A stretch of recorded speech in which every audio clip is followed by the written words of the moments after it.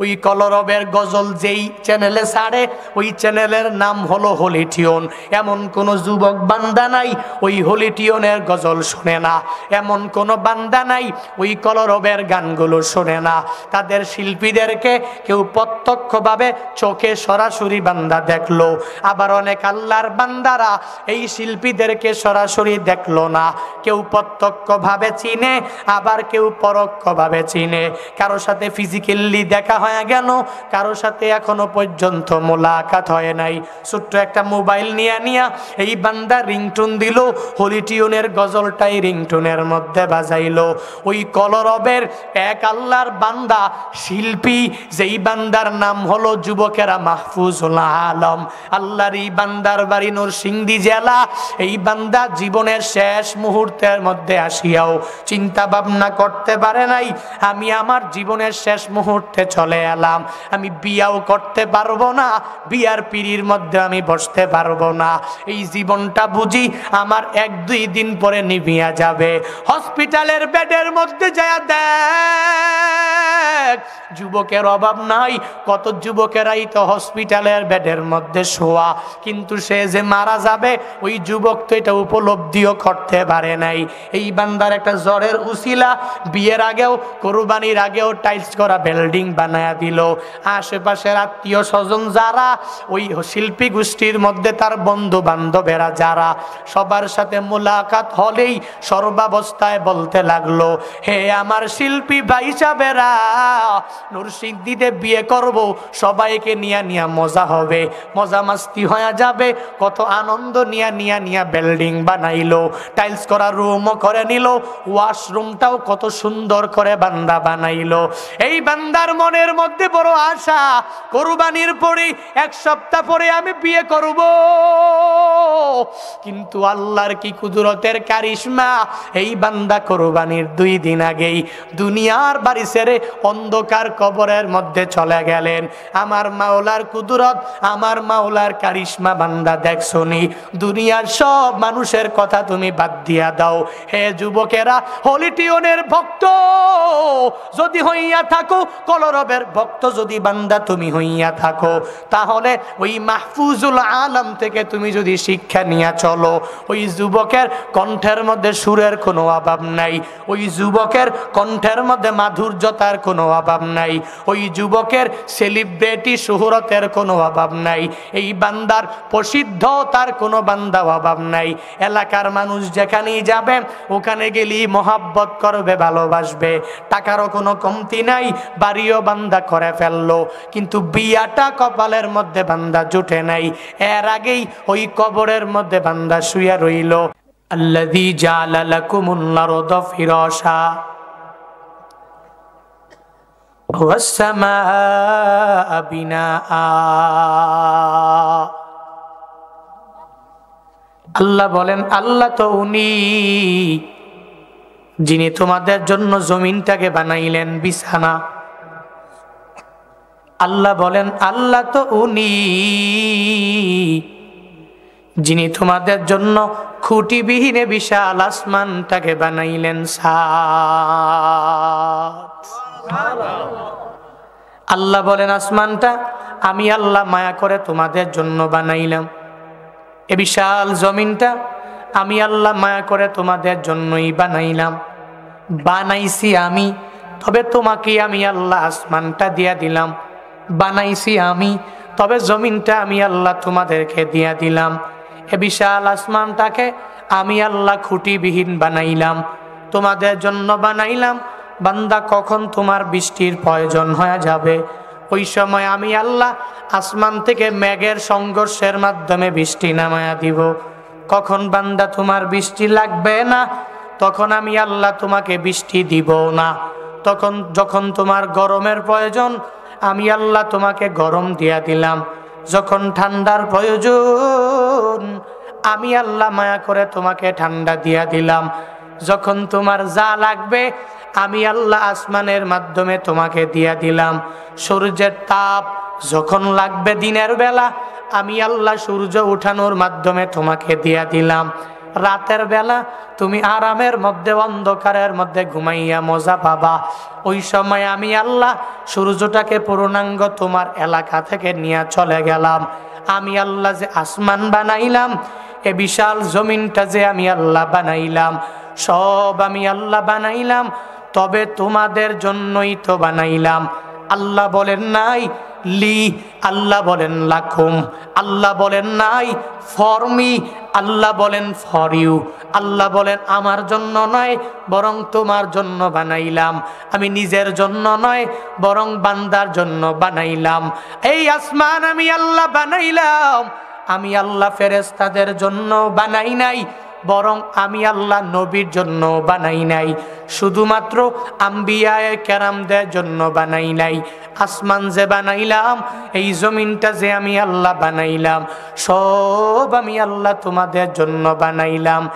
এরপরেও কি আমি আল্লাহর এই আসমানটা জমিনটা তুমি পাওয়ার পরে আমি মাওলার ইবাদতের মধ্যে কি তুমি মগ্ন হইয়া যাইবা না? আল্লাহ এজন্যই তো জানায়া দেয় কাইফা তাকফুরুনা বিল্লাহ ওয়া কুনতুম আমওয়াতা ফাহিয়াকুম সুম্মা ইউমিতুকুম সুম্মা ইউহয়িকুম।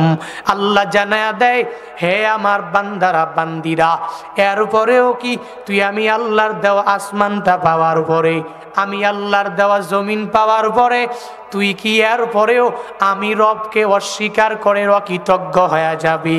কেন হয়ে যাবি? তুই তো জানো না।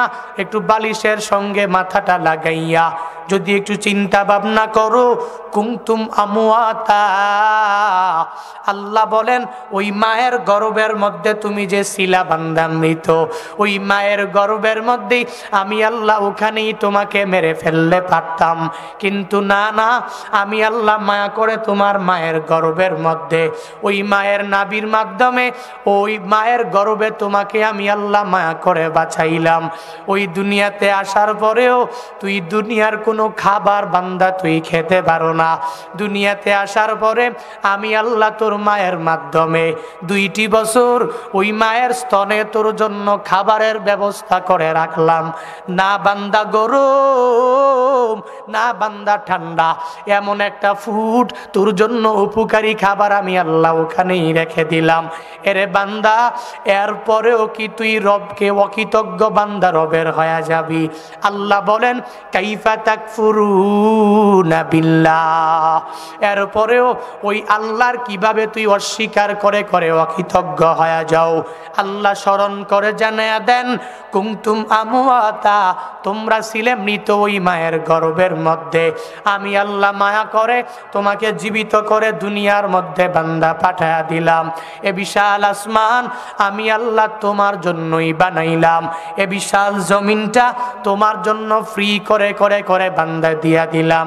তোমার চাচায় বিক্রি করে তোমার কাছে, তুমি বিক্রি করো তোমার চাচার কাছে, তোমার জ্যাঠা বিক্রি করে তোমার কাছে, তুমি বিক্রি করো আরেকজনের কাছে, তোমার আরেক উপজেলার লোক বিক্রি করে তোমার কাছে, তুমি বিক্রি করো আর একটা বান্দার কাছে।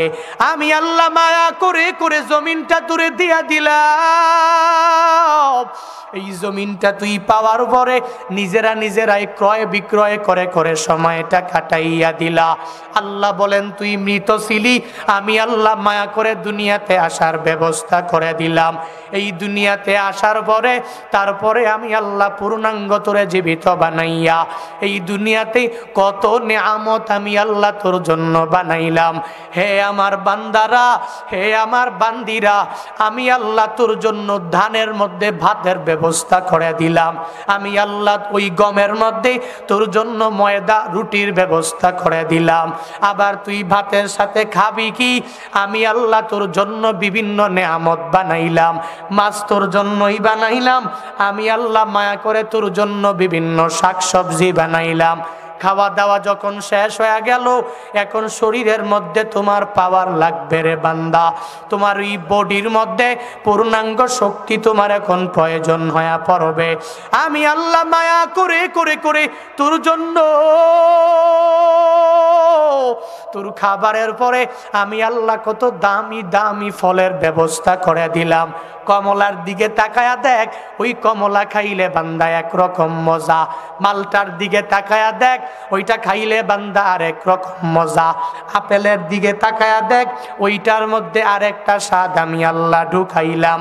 কাঁঠালের দিকে তাকায়া দেখ, ওই কাঁঠালের মধ্যে যদিও ছোট্ট কাঁঠাল, ভিতরে ফলের অভাব নাই, আমি আল্লাহ ছোট্ট কাঁঠালের মধ্যে তোর জন্য কতগুলো খোস বানাইলাম।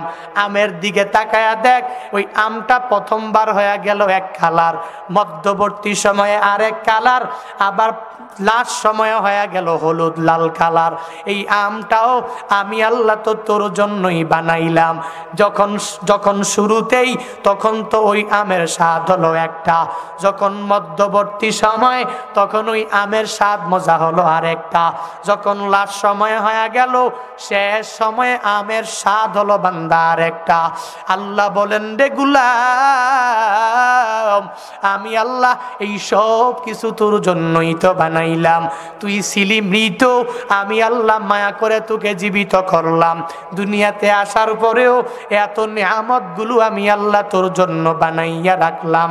আল্লাহ বলেন, কুনতুম আমওয়াতা, তুই ছিলি মৃত, দুনিয়াতে আসার পরে আমি আল্লাহ জীবিত বানাইলাম। তবে বান্দা শুনে নাও, আবার কিন্তু তোর একবার মরণ বরণ করা লাগবে।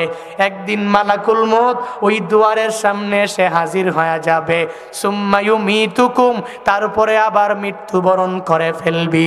সুম্মা ইউহয়িকুম, ওই কবরের মধ্যেই তো বান্দা শেষ না, ওই কবরের পরেও ওই কিয়ামতের ময়দানে আমি মাওলার দরবারে আবার আমি আল্লাহ জীবিত বানাইয়া আমি মাওলার বিচারের কাঠগড়ায় বান্দা তোকে দাঁড় করাবো।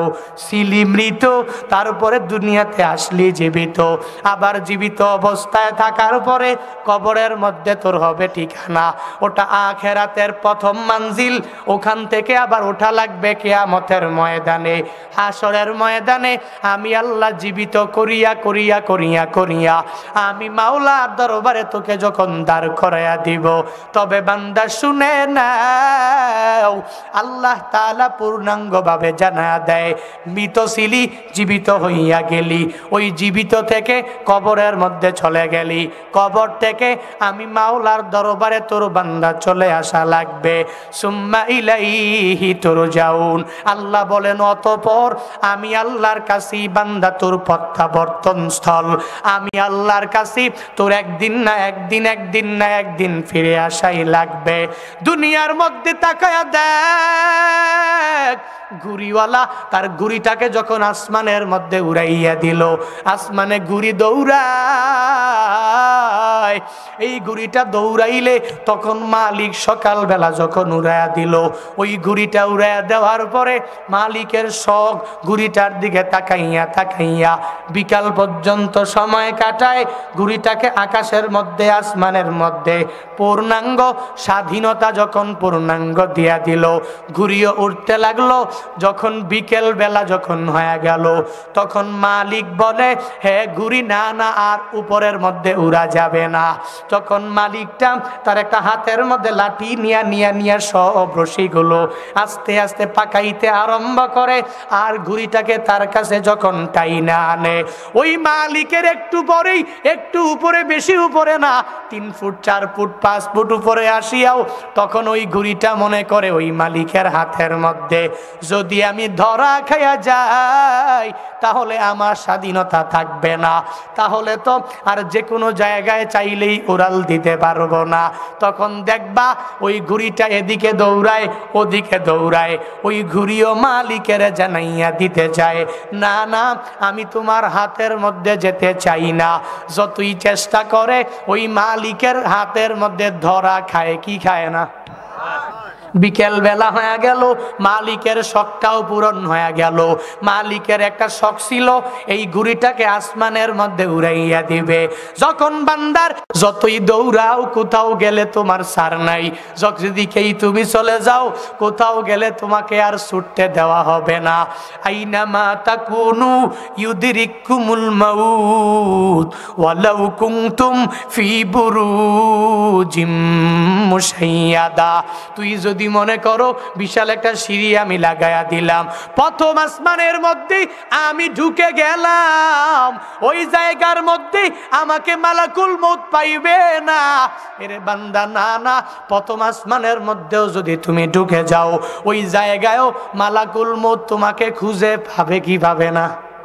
তুমি যদি বিল্ডিং এর তালা লাগাইয়া চার দেয়ালের মধ্যে যদি তুমি ঢুকে যাও, জানালাও বন্ধ হয়ে গেল, দরওয়াজাটাও যদি বন্ধ করে ফেলো, তবুও বান্দা বলো ওই জায়গার মধ্যেও আমার মাওলা মালাকুল মউত পাঠাতে পারবে কি পারবে না? আল্লাহ বলেন, রে গোলাম, তুই যেখানেই যাবি, যেই জায়গার মধ্যে যাবি, যে কোনো জায়গায় যাবি, আমি আল্লাহ তো ওই জায়গায় বান্দা সর্বাবস্থায় মালাকুল মউতের জন্য পাঠাইয়া দিতে পারবো। ঘুড়ির মালিক যখন সবটা মিটে গেল, ওই ঘুড়িটাকে বিকালবেলা মালিকের হাতের মধ্যে নিয়ে চলে আসলো। আমার মাওলাও যেদিন ডাকবে, ওই মাওলার ডাকে কবরের মধ্যেও বান্দা চলে যাওয়া লাগবে। আল্লাহ যেদিন আবার উঠাবে, ওই রবের দরবারেও বিচারের কাঠগড়ায় বান্দা দাঁড়ানো লাগবে। লাগবে কি লাগবে না? এরপরেও কি রবের অকৃতজ্ঞ হবি? আল্লাহ বলেন, কাইফা তাকফুরুনা বিল্লাহ, কেমনে হও তোমরা, কেমনে ওই রবের সাথে অস্বীকার করো, রবকে অস্বীকার করো, রবের অকৃতজ্ঞ বান্দা তুমি কেমনে হয়ে যাও? আল্লাহ বলেন, তুমি ছিলা কি? আমি আল্লাহ বানাইলাম কি? আবার কোথায় যেতে হবে? কোথায় তোমার ডেস্টিনেশন? আসলা তুমি কোত্থেকে? কোথায় তোমার গন্তব্যস্থান? যাইতে হবে কোথায়? আসছো কোথায়? আসো কোথায়? এটাই কিন্তু জীবনের সব পাওয়ার ক্ষমতার মাঝে কথা এটাই। ছিলাম কি, হইতেছি কি, হইলাম কি, হব কি, যাব কই? ঠিক কিনা? ছিলাম কি, আসি কি, হব কি, এটাই। এই চিন্তা নিয়ে যদি কেউ ঘুরে, তাহলে ওই বান্দা কশ্চিন কালেও রবের অকৃতজ্ঞ বান্দা হতে পারবে? বলেন বলেন, পারবে? ওই বান্দা কশ্চিন কালেও মুয়াজ্জিন আজান দিয়ে দিল, এ ভাই উঠতেছেন কেন? আপনারা এক দুইজন করে, এগুলো বেরাম, ঝামেলা, এগুলো করা যাবে না ভাই। এক দুইজন করে উঠা উঠিটা খুব খারাপ। কি শেষ করে দেওয়া লাগবে নাকি? বেশিক্ষণ করবো না, কষ্ট দিব না আপনাদেরকে, কিন্তু এক দুইজন করে উঠাউঠি করলে এগুলো দেখতে খারাপ দেখায় না? এটা কি মমতাজের প্যান্ডেল নাকি? এই মজলিস দামি না কম দামি? এই মুজমা দামি না কম দামি? দামি বানিয়েছেন কে? দামি বানিয়েছেন নবীজি। নবীজি বলেছেন যে এই জায়গায় কোরআন এবং সুন্নাহর কথা হবে, ওই জায়গা সাধারণ কোনো জায়গা নয়, ওই জায়গা বেহেশতের বাগান। ওই জায়গা কি? ওই জায়গা কি? বেহেশতের বাগান। সো এই জায়গাতে আসা যায়, বসা যায়। হুজুর ভালো লাগতেছে না, শুয়ে যাবেন, কিন্তু উঠা যাবে। মমতাজের প্যান্ডেলে গিয়া মমতাজ নাস্তা একটু ভালো দিলে ফাইটটা যায়, বুকটা ফাইটটা যায়। যদি গানটা ভালো হয় থাকলাম, আর যদি ভালো না হয় চলে গেলাম।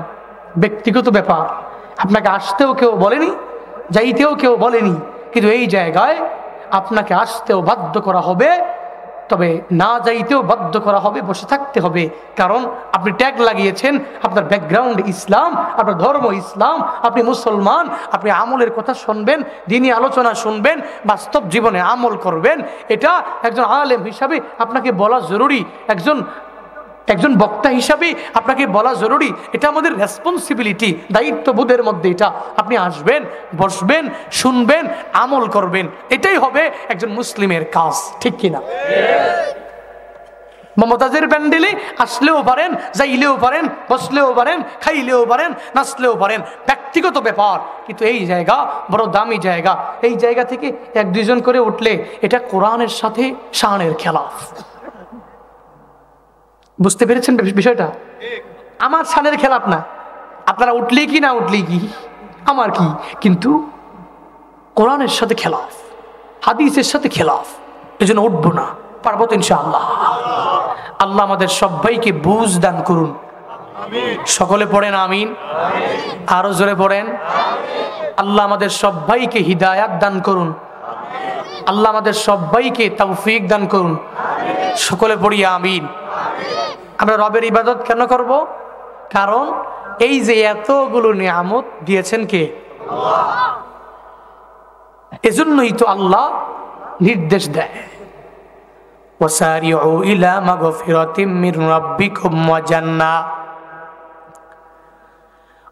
জান্নাতিন আরদুহাস সামাওয়াতু ওয়াল আরদ উইদ্দাত লিল মুত্তাকিন।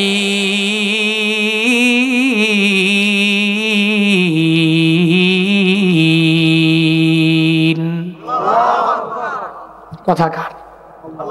সুরে বলেন আল্লাহ বলেন ওয়াসারিউ, হে আমার বান্দারা বান্দিরা। আরবি ব্যাকরণ যেই বান্দা ভালো করে জানে, যেই বান্দা বুঝে, ওই বান্দা তো ভালো করেই জানে। সারিউ মুসারাআতান বাব থেকে বান্দা আসলো, বাবে মুফআলা থেকে আল্লাহ জানা দেয় হে বান্দারা, হে বান্দিরা, সারিউ ওই রবের দিকে তুমি দৌড়ায়া যাও। কেমনে দৌড়াইবা? আস্তে আস্তে হাইটা হাইটা দৌড়াইবা না, দ্রুত গতিতে ওই রবের দিকে তুমি বান্দা দৌড়ায়া যাও। আল্লাহ বলেন ওয়াসারিউ ইলা মাগফিরাতিম মির রাব্বিকুম, আল্লাহ যে জানায়া দিলেন ওই রবের দিকে দৌড়াইয়া আসার জন্য। ওই রবের কিসের দিকে আমরা দৌড়াইয়া দৌড়াইয়া যাব? আল্লাহ বলেন রে গোলাম, জিন্দেগিতে গুনাহের বান্দা তুমি কম করো নাই। এখানে এমন কোন বান্দা আসেননি দাঁড়াইয়া হাত তুলে গর্দানটাকে উঁচু কইরা বলতে পারবেন হুজুর আমার পুরা জিন্দেগিতে একটা গুনাহ নাই? আছেন কেউ? কোন আল্লাহর বান্দা বলতেও পারবে না হুজুর আমার জিন্দেগিতে একটা গুনাহ আমি করি নাই। এমন কোন বান্দা নাই। সগীরা গুনাহ হোক কাবিরা গুনাহ হোক বান্দা করে না, শয়তানের প্ররোচনায় পড়ে এমন কোন বান্দা নাই গুনাহ করে না। আল্লাহ বলেন ওয়াসারিউ ইলা মাগফিরাতিম মির রাব্বিকুম, তোমাদের রবের ক্ষমার দিকে দিকে তোমরা দৌড়ায়া যাও। আল্লাহ বলেন রবের ক্ষমার দিকে দৌড়াইয়া আসার জন্য কেমনে দৌড়াইবা? বলে অনতি বিলম্বে তুমি দৌড়ায়া যাও, দেরি করা যাবে না। দুইজনে দৌড় দিলা, আরেকজনের আগে যেমনে যাওয়া যাবে ওইভাবে ওই রবের ক্ষমার দিকে বান্দা তুমি দৌড়ায়া যাও। দুনিয়াতে স্কুলের মধ্যে খেলা আরম্ভ হয়ে গেল, সাংস্কৃতিক অনুষ্ঠানের মধ্যে, তখন তো আউটডোর ইনডোরের মধ্যে বিভিন্ন প্রতিযোগিতা, দৌড়ের প্রতিযোগিতার মধ্যে যখন 10 জন একসাথে হইয়া বাঁশি ফুৎকার দিয়া দিল, 10 জনে দৌড়াইল, আস্তে দৌড়ায় নাকি জোরে দৌড়ায়? এই বান্দার মনের মধ্যে বড় নিয়ত, আমি 10 জনের মধ্যে প্রথম স্থান অধিকার করে প্রাইজটা আমার হাতের মধ্যে নিয়ে নিব। এই বান্দা দৌড়ায় কেন? কারণ হলো বান্দার প্রথম হওয়া লাগবে। আল্লাহ বলেন তুই আস্তে আস্তে মিনি মিনি মিনি মিনি করে হাঁটবি না, বরং কেমনে দৌড়াবি? ওই রবের ক্ষমার দিকে অনতি বিলম্বেই দৌড়ায় আসা লাগবে। ওই রবের ক্ষমার দিকে এর বান্দা তোর পূর্ণাঙ্গভাবে দ্রুত গতিতে অগ্রসর হয়ে যাওয়া লাগবে। আল্লাহ বলেন ওই রবের ক্ষমার দিকে তোমরা দৌড়ায়া যাও, তবে অনতি বিলম্বেই বান্দা দৌড়ায়া যাও। যদি বলো এখন কেন রবের ক্ষমা আমার লাগবে, আমি বুড়া হয়ে যাব, তারপরে আমি নামাজি হব, তারপরে রোজাদার হয়ে যাব, তারপরে অনেক বড় নেক আমল করনেওয়ালা হয়ে যাব। অনেক যুবকেরা এই কথা বলে কি বলে না? এই বান্দা মনে করি এখন তো আমার যৌবনকালের সময়। এই বান্দা তখন চিন্তা করে এখন তো আমার নামাজ পড়ার কোনো দরকার নাই, এখন রোজা রাখার দরকার নাই, এখন নেক আমল করার দরকার নাই। যদিও এটা বলে না, কিন্তু বান্দার কার্যকলাপে এটাই মনে হয়। যৌবনকালে পাওয়ার আছে অনেক, আমার ক্ষমতা আছে অনেক, এখন নামাজ পড়ে আমার কি লাভ হবে? এখন হিদায়াতের দরওয়াজা পাইয়া এখন আমার কি লাভ হয়ে যাবে? এখনো বিয়াও করি নাই, একটা বিয়া সুন্দরভাবে করে ফেলবো। সুন্দরী একটা রমণী আমার ঘরের মধ্যে যেদিন চলে আসবে, 2-3 বছর ঘর সংসার করলাম, ফুটফুটে সন্তানের ঘরের মধ্যে কোনো অভাব হবে না। আমার সন্তানগুলো কি বড় হয়ে যাওয়ার পরে বিবাহ টিবাহ দিয়া দিলাম, আমি এখন আমার সংসারটা আমার বড় ছেলের হাতের মধ্যে দিয়া দিলাম।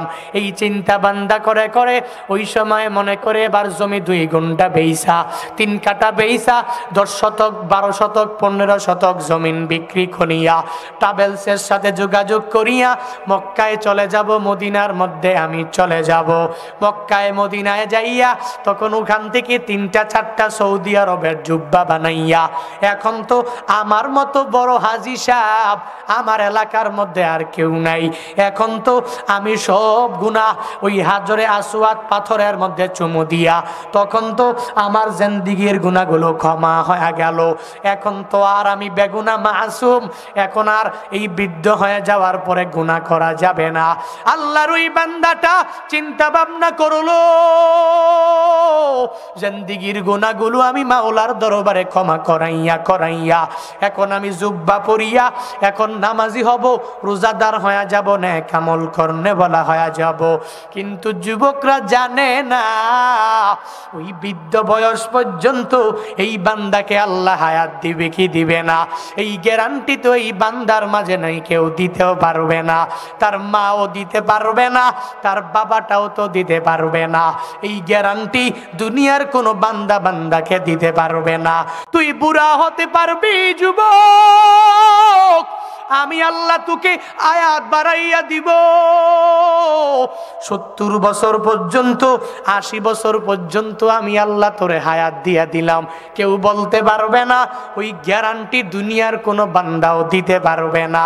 কারণ তো বান্দা দুনিয়ার সব মানুষের কথা তুমি বাদ দিয়া দাও, বাংলাদেশের বড় বড় এক সাংস্কৃতিক সংগঠনের নাম হলো কলরব, ওই কলরবের গজল যেই চ্যানেলে ছাড়ে ওই চ্যানেলের নাম হলো হলিটিউন। এমন কোন যুবক বান্দা নাই ওই হলিটিউনের গজল শুনে না, এমন কোন বান্দা নাই ওই কলরবের গানগুলো শুনে না।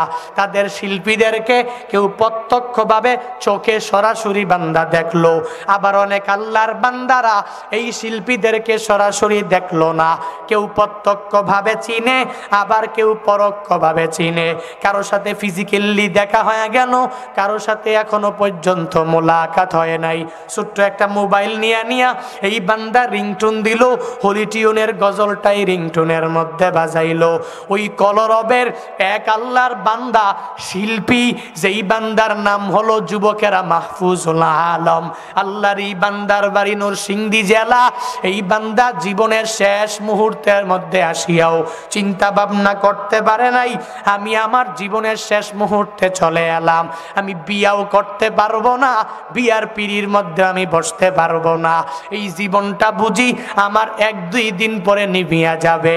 হসপিটালের বেডের মধ্যে যায় দেখ, যুবকের অভাব নাই, কত যুবকেরাই তো হসপিটালের বেডের মধ্যে শোয়া, কিন্তু সে যে মারা যাবে ওই যুবক তো এটা উপলব্ধিও করতে পারে নাই। এই বান্দার একটা জ্বরের উসিলা বিয়ের আগেও কোরবানির আগেও টাইলস করা বিল্ডিং বানায়া দিল, আশেপাশের আত্মীয় স্বজন যারা ওই শিল্পী গোষ্ঠীর মধ্যে তার বন্ধু বান্ধবেরা যারা, সবার সাথে মোলাকাত হলেই সর্বাবস্থায় বলতে লাগলো, হে আমার শিল্পী ভাই সাহেবেরা, নরসিংদীতে বিয়ে করব, সবাইকে নিয়া মজা হবে, মজা মাস্তি হয়ে যাবে, কত আনন্দ নিয়া বিল্ডিং বানাইলো, টাইলস করা রুমও করে নিল, ওয়াশরুমটাও কত সুন্দর করে বান্দা বানাইলো। এই বান্দার মনের মধ্যে বড় আশা, কোরবানির পরে 1 সপ্তাহ পরে আমি বিয়ে করব, কিন্তু আল্লাহর কি কুদরতের কারিশমা, এই বান্দা কোরবানির 2 দিন আগেই দুনিয়ার বাড়ি ছেড়ে অন্ধকার কবরের মধ্যে চলে গেলেন। আমার মাওলার কুদরত, আমার মাওলার কারিশমা বান্দা দেখছনি, দুনিয়ার সব মানুষের কথা তুমি বাদ দিয়া দাও। হে যুবকেরা, হলিটিউনের ভক্ত যদি হইয়া থাকো, কলরবের ভক্ত যদি বান্দা তুমি হইয়া থাকো, তাহলে ওই মাহফুজুল আলম থেকে তুমি যদি শিক্ষা নিয়ে চলো, ওই যুবকের কণ্ঠের মধ্যে সুরের কোনো অভাব নাই, ওই যুবকের কণ্ঠের মধ্যে মাধুর্যতার কোনো অভাব নাই, ওই যুবকের সেলিব্রিটি শোহরতের কোনো অভাব নাই, এই বান্দার প্রসিদ্ধতার কোনো বান্দা অভাব নাই। এলাকার মানুষ যেখানেই যাবে ওখানে গেলেই মহাব্বত করবে, ভালোবাসবে, টাকারও কোনো কমতি নাই, বাড়িও বান্দা করে ফেললো, কিন্তু বিয়াটা কপালের মধ্যে বান্দা জুটে নাই, এর আগেই ওই কবরের মধ্যে বান্দা শুয়ে রইল। হে যুবকেরা, যদি তুমি মনে করো এখন আমি নামাজ কেন পড়বো, এখন আমি রোজা কেন রাখবো, এখন আমি নেক আমল কেন করব, একদিন এমন সময় হয়ে যাবে যেদিন তুমি ইচ্ছা করবা নামাজ পড়তে যাইতে, কিন্তু বান্দা তুমি পারবা না। নিজের দাদার কাছে যা জিগাইবা, হে দাদা নামাজ পড়ার জন্য যে আপনি চলে গেলেন, ও দাদা বলেন না নামাজের মধ্যে যান, একটু বলেন তো 4 রাকাত নামাজ আপনি কয় রাকাত নিজে পড়লেন, চেক করে দেখবেন দাদা নিজেও বলতে পারে না কয় রাকাত পড়লাম। 4 রাকাত নামাজের মধ্যে এই বান্দা পরে 3 রাকাত পরে বৈঠকে বসে গেল। কত দাদারা 4 রাকাতের নামাজ 5 রাকাত পরে নিল। এই বান্দা কেন পড়তে পারে না, সঠিকভাবে কেন নামাজ পড়তে পারে না? কারণ বার্ধক্যের মধ্যেই বান্দা উপনীত হইয়া গেল। এজন্য ইচ্ছা করলেই, চেষ্টা করলে পরিশুদ্ধতা নিয়ে নামাজ আদায় করতে পারে না, পরিপূর্ণ ইখলাস নিয়ে নামাজের মধ্যে দাঁড়াইয়া যেতে পারে না। কিন্তু যৌবনকালের এই সময় বড় দামি। এই বান্দা যদি এই যৌবনকালের সময়ের মধ্যে যদি ইবাদতের মধ্যে যদি সময়টা তুমি কাটাইয়া দিতে পারো, আল্লাহ বলেন ওই রবের ক্ষমার দিকে তুই যদি অনতি বিলম্বে দৌড়াইয়া যেতে পারো, কালকে ক্ষমা চাইয়া নিব, তারপরে মরার আগে আমি তাওবা করে নিব, মরার আগে আমি পূর্ণাঙ্গ ভালো হয়ে যাব। এই চিন্তা যদি না ঢুকাইয়া ওই মাওলার দরবারে যদি অনতি বিলম্বে দৌড়াও, আল্লাহ বলেন রে গোলাম আমি আল্লাহ, তুই যদি আমি রবের মাগফিরাত ক্ষমার দিকে যদি দৌড়াইয়া দৌড়াইয়া যদি আসতে পারো, আমি রবের দরবারে ক্ষমার জন্য যখন তুই আসবি, আমি আল্লাহর মায়া তো কম না, দয়াও তো বান্দা কম না, কম না। আমি আল্লাহ মায়া করে এমন এক জান্নাতের অধিপতি তোরে বানাইয়া দিব, যেই জান্নাতের আয়তন তোর 1400-1800 স্কয়ার ফিট বিল্ডিং এর মতন না, 2500, 3000, 5000 স্কয়ার ফিট বিল্ডিং এর মতন না, বরং ওই জান্নাতের আয়তন হলো আসমান আর জমিনের চাইতেও বেশি। আতিনা ফি দারে দুনিয়া না হাসান, আতিনা ফি দারে উকবা না হাসান, ইয়া গিয়াসাল মুস্তাগীসিনা দিনা লফদিখারা বিল উলুমে ওয়াল গিনা, হর গরি মে দেনে তু তৈয়ার হায়, ঝুনা মাঙ্গে উস তুবে জারো হায়। আল্লাহ তাআলা বলেন ওই রবের ক্ষমার দিকে যদি দৌড়াইয়া যাও, প্রতিদান হিসাবে আল্লাহ কি দিবে? এত নিস্তব্ধ কেন আপনারা? কষ্ট হচ্ছে নাকি? ওই রবের দিকে যদি কোনো বান্দা দৌড়াইয়া যায়, ওই রবের ক্ষমা পাওয়ার জন্য অনতি বিলম্বে যেই বান্দা দৌড়ায়, আল্লাহ মায়া করে তাকে কি দিবে? ওই জান্নাতের আয়তন আমগো বিল্ডিং এর মতন নি। হ্যাঁ, ওই জান্নাতের আয়তন আল্লাহ বলেন আরদুহুস সামাওয়াতু ওয়াল আরদ, আরদুহাস সামাওয়াতু ওয়াল আরদ। আল্লাহ জানায়া দেয় ওই জান্নাতের আয়তনটা কেমন জানো? বলে আসমান আর জমিন শুধু না, আসমান আর জমিনের চাইতেও বেশি জান্নাতের আয়তন। ওই জান্নাতের ব্যাপারে আল্লাহ কি বয়ান করেন বান্দা জানো না? ওই জান্নাতের ব্যাপারে আল্লাহ হাদিসে কুদসির মধ্যে জানাইয়া দেয়। আল্লাহ তাআলা বলেন যেই বান্দা আমি রবের ক্ষমার দিকে দৌড়াইয়া আসবে, আমি আল্লাহ মায়া করে এই বান্দা কি এমন একটা জান্নাতের মধ্যে ঢুকাইয়া দিব, যেই জান্নাতের বয়ান আল্লাহ নিজেই করে করে জানায়া দেয়। হাদিসে কুদসি কেমন হাদিস? মদিনাওয়ালা নবীর কথা না। এই হাদিসে কুদসি মানে হলো কে বলেছে? জোরে বলেন। হাদিসে কুদসি মানে হলো হাদিসে কুদসিতে আমার আল্লাহ তাআলা জানায়া দেয় আ'দাতু লিইবাদিয়াস সালিহিন মা লা আইনুন রাআত ওয়ালা উযুনুন সামিআত ওয়ালা খাতার আলা কলবি বাশার। আল্লাহ বলেন আমি আল্লাহ যেই বান্দা আমি রবের ক্ষমার দিকে দৌড়াইয়া আসলো, আমি রবের জান্নাতটা পাওয়ার জন্য পাগল পারা হইয়া গেল, যেই বান্দাটা আমি রবের দিকে দৌড়াইয়া চলে আসলো। আমি আল্লাহ মায়া করে এমন একটা জান্নাত তারে দিয়া দিলাম। কেমন জান্নাত জানো? যেই জান্নাত পৃথিবীর কোনো চক্ষু দেখছে? ওই জান্নাত তো এমন জান্নাত যেই জান্নাত পৃথিবীর কোনো কর্ণ শ্রবণ করে নাই। ওই জান্নাত তো এমন জান্নাত যেই জান্নাতের ব্যাপারে কোনো বান্দা কল্পনাও করতে পারবে না। ওই জান্নাতের ব্যাপারে কোনো বান্দার মনের মধ্যে অন্তরের মধ্যে কল্পনাও জাগবে না। ওই জান্নাতটা কত সুন্দর হবে, কিরকম হবে, কোন জায়গায় কিরকম হয়ে যাবে, কোনো বান্দাই কল্পনা করে করে করে করে জানতেও পারবে না। কেমন জানো দুনিয়াতে তো মানুষ বিভিন্ন জায়গার ব্যাপারে কল্পনা করতে পারে কি পারে না? স্কুলের মধ্যে দুই বন্ধু, কলেজের মধ্যে দুই বন্ধু, ভার্সিটির মধ্যে দুই বন্ধু, ভার্সিটির মধ্যে পরিচয় হয়ে গেল, স্কুলের মধ্যে তাদের পরিচয় হয়ে গেল, কলেজের মধ্যে দুইজনের পরিচয় হয়ে গেল।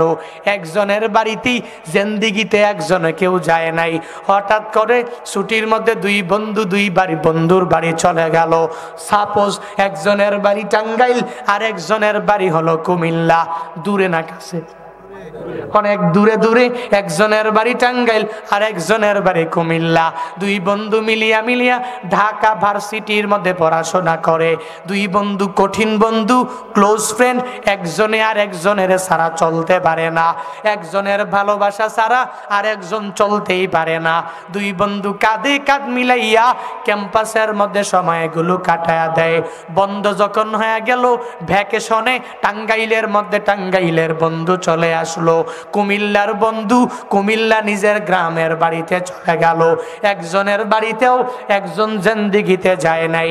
হঠাৎ করে কুমিল্লার বন্ধুটা টাঙ্গাইলের বন্ধুরে টেলিফোন করে জানায়া দিল, হে বন্ধু, আমি আমার বাড়ির মধ্যে অনেক দিন দোয়া পড়াই না, একটু দোয়া পড়াবো, সবাই আমার বাড়িতে আসবে। তুমি আমার বন্ধু আমার বাড়িতে একবারও আনতে পারি নাই, চলো তুমি আমার বাড়ির মধ্যে অমুক দিনে আমার বাড়ির মধ্যে হাজির হয়ে যাইবা। যখন এই কথা জানায়া দিল, বন্ধুও বলল, আমি তোমার দাওয়াত গ্রহণ করে নিলাম, তোমার বাড়ি দাওয়াত খেয়ে দুইজনে মিল্লা ঘোরার জন্য কক্সবাজার চলে যাব।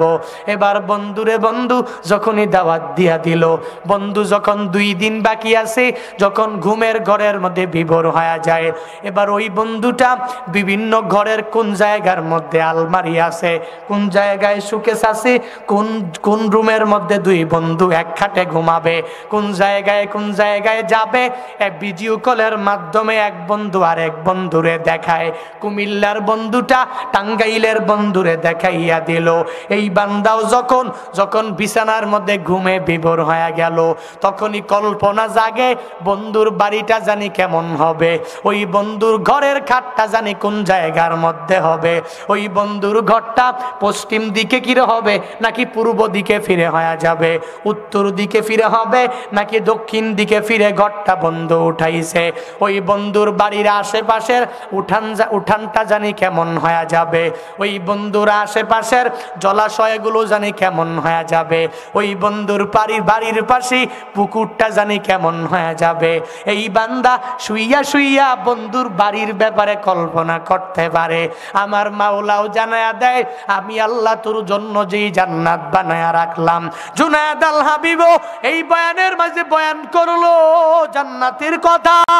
বাংলাদেশের যে কোনো জায়গায় গিয়া তুমি জান্নাতের বয়ানটা শুনলা, যদি কল্পনা করো ওই জান্নাতটা মনে হয় এমন হতে পারে, বালিশের সঙ্গে মাথাটা লাগাইয়া চোখ দুইটা যদি বন্ধ করিয়াও বান্দা চিন্তা করো, আল্লাহ বলেন রে গোলাম, তুই যদি ওই ঘুমের মধ্যে বিভোর হয়া আমি মাওলার জান্নাতের ব্যাপারেও যদি বয়ান শোনার পরে যদি কল্পনা করা আরম্ভ করে দাও, দুনিয়ার কোন বান্দা আমি আল্লাহ যেই জান্নাতটা বানাইয়া রাখলাম, এই বান্দা বয়ান শোনার পরেও বর্ণনা শোনার পরেও ওই জান্নাতটা এত সুন্দর হবে, এই বান্দার অন্তরের মধ্যেও কল্পনা জাগবে না। আল্লাহ বলেন ওই জান্নাতটা কার জন্য বানাইয়া রাখলাম? ওই জান্নাতটা যেই বান্দা দ্রুত গতিতে রবের ক্ষমার দিকে দৌড়ায় যাবে, যেই বান্দা দ্রুত গতিতে ওই রবের ক্ষমার দিকে দৌড়াবে, তার জন্য আল্লাহ বানাইয়া রাখলেন। হে টাঙ্গাইলের মুসলমানেরা, ওই জান্নাতে যাওয়ার জন্য তো অনেক বান্দাই পাগল পারা। ওই জান্নাতের বয়ান শোনার পরে হুজুর দোয়া করবেন জান্নাতে যাওয়ার জন্য যেই কাজগুলো করা লাগবে, ওই কাজগুলো করে করে আমি মরিয়া যাতে যাইতে পারি। তবে জান্নাতে যাওয়ার জন্য নিজের দুনিয়াতে দুনিয়া লাইনের চালাক না, আখিরাতের লাইনের অনেক বড় চালাক হয়ে যাও। আল্লাহ বলেন রে গোলাম ফাস্তাবিকুল খায়রাত, ওই ভালো কাজ যেগুলো, ওই ভালো কাজের প্রতিযোগিতা তুমি করে নাও, খারাপ কাজের প্রতিযোগিতা বান্দা তুমি করিও না।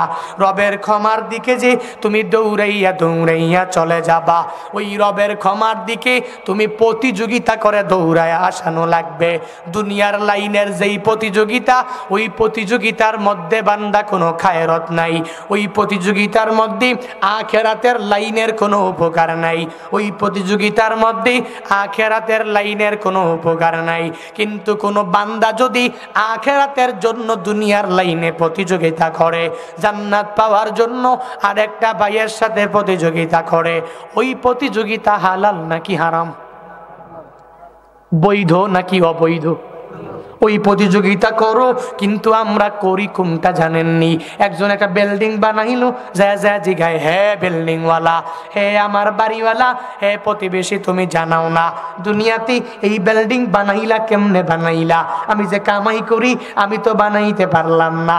গাড়ি একজনে একটা কিনা ফেললো, আমি কেন কিনতে পারবো না?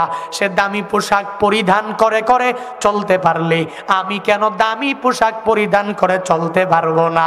সে দামি বাড়ি বানাইতে পারলে আমি কেন বানাইতে পারবো না? সে দামি গাড়ি করতে পারলে আমি কেন দামি গাড়ি করতে পারবো না? অথচ বান্দা সাহাবায়ে কেরাম একজনে আর একজনের সাথে যখনই মোলাকাত হয়ে গেল, একজনে আর একজনের জিগায় না তুই কত টাকা দিয়া দামি বাড়ি বানাইলা, তুই কত দামি ঘোড়া কিনলা, তুই কত কত কি দুনিয়ার মধ্যে করলা।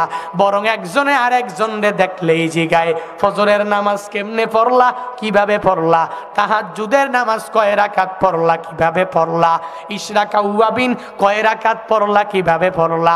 সাহাবায়ে কেরামরা একজনে আর একজনে দেখলে জিগায় নামাজ কয় ওয়াক্ত পড়লা, রোজা তুমি কয়টা রাখলা, নেক আমল তুমি কয়টা করলা। আমরা একজনে আর একজনের দেখলেই জিগাইলাম, ফজরের কথাও জিগাইলাম না, জোহরের কথাও জিগাইলাম না, আসরের কথাও জিগাই নাই, একজনে আর একজনের দেখলেই জিগাইলাম হে বন্ধু বলো না দামি বাড়িটা কেমনে করলা, দামি গাড়িটা কেমনে নিজে কিনলা, এই দামি দামি জায়গাটা কেমনে তুমি ক্রয় করে নিলা।